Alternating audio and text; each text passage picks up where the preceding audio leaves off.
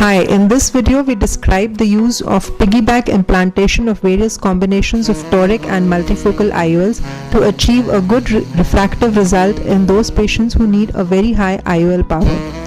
So in this particular video we have a series of 3 cases where piggyback IOLs were implanted. The aim was to compensate for the high IOL power that was needed and to provide a good refractive outcome in these cases. The first case we had was a 21-year-old male with a developmental cataract. The axial length in this particular patient was 20.54 mm, which gave an IOL power of 32.5 diopter.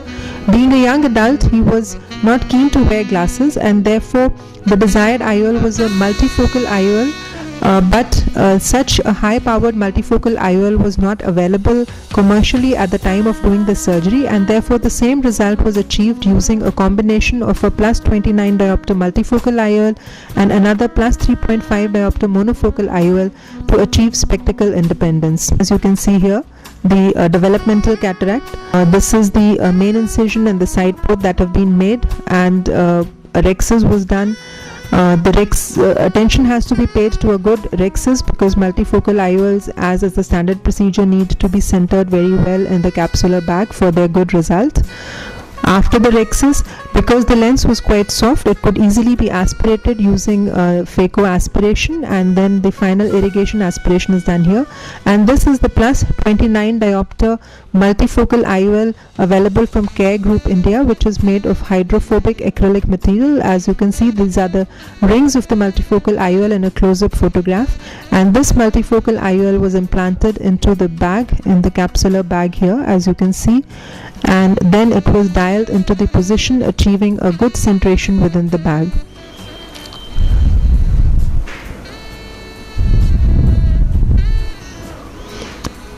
Subsequent to this, another flexifold hydrophilic acrylic IOL was implanted in the ciliary sulcus in a piggyback manner. This combination of implanting one IOL in the capsular bag and the second IOL in the ciliary sulcus is the optimum combination to reduce the incidence of interlenticular opacification, which can sometimes be seen with piggyback IOL implantation. At the end of the surgery, the viscoelastic was removed and the side port and the main incision was sealed.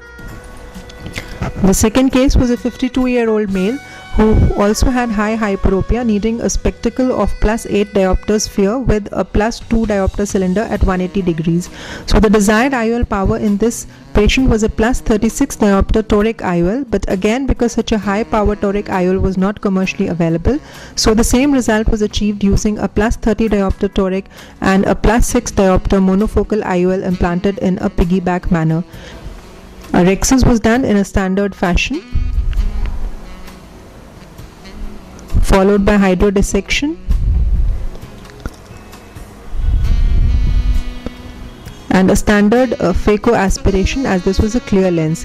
This is the Alcon toric lens, the T3 model available from Alcon, which was implanted. Plus 30 diopter even today is the highest powered toric IOL available from Alcon, and even though many manufacturers are now manufacturing toric and multifocal IOLs of a high power, most of them do not provide toric and multifocal IOLs beyond 30 diopter.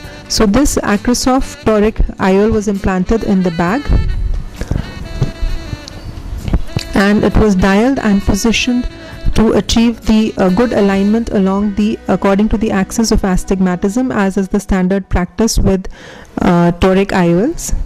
And the viscoelastic is being removed from under the IOL, and again ensuring a good positioning of the toric IOL at the end of these maneuvers in the bag. Once the toric IOL was well positioned according to the astigmatic axis, another 6 diopter monofocal IOL was implanted, and this monofocal IOL was implanted into the ciliary sulcus after ensuring the precise alignment of the toric IOL that was placed in the capsular bag. The second IOL is being dialed into position, taking care not to disturb the toric IOL that is placed underneath, and after this the viscoelastic was removed from the anterior chamber. again taking care not to disturb the toric IOL. The third case was a 50-year-old high hyperopia patient who had a refraction of +8 diopter sphere with a 1.75 diopter cylinder at 20 degrees, and at this age he also needed a +2.5 diopter correction for reading. This gentleman was interested in getting rid of his near as well as distance glasses, and on doing the biometry, the desired IOL power was a +34.5 diopter multifocal IOL. Again, because such a high power multifocal IOL was not available, the same result was obtained using a piggyback IOL implantation of a multifocal IOL of 15 diopter and a toric IOL of 19.5 diopter to get spectacle independence. This was also a clear lens, and therefore it was fairly easy to remove the soft lens using phacoaspiration and then the irrigation aspiration. This is the +19.5 diopter toric IOL available from the Care Group India, which was implanted into the bag. In this case, we deviated slightly from the standard practice of implanting one IOL into the bag and the other IOL into the sulcus, and here we implanted both the IOLs in the capsular bag. This is the toric IOL being placed in the capsular bag, and it is dialed well into position, ensuring precise alignment according to the astigmatic axis. The reason to implant both the IOLs into the bag was that we wanted to achieve a good centration of the multifocal IOL for a good post-operative result, and we also wanted to place the toric IOL in the bag to avoid any post-operative rotation of the toric IOL. So therefore both these IOLs were placed in the capsular bag instead of placing one in the bag and the other in the sulcus. The viscoelastic is being removed from under the toric IOL. Next, an Acrydiff multifocal IOL, again available from the Care Group India, was implanted again into the capsular bag and was placed over the toric IOL, taking care not to disturb the positioning of the toric IOL underneath. In such cases, because two IOLs are placed in the capsular bag, we must theoretically we must have a large capsular excess opening to prevent any capsular phimosis, but we plan to do an enlargement of the anterior capsular excess in the post-operative period after about 3 months using YAG laser to produce cruciate openings in the anterior capsular excess. The post-operative vision of the patient was 20/30 and N6 unaided, and as expected the patient was quite happy with the result.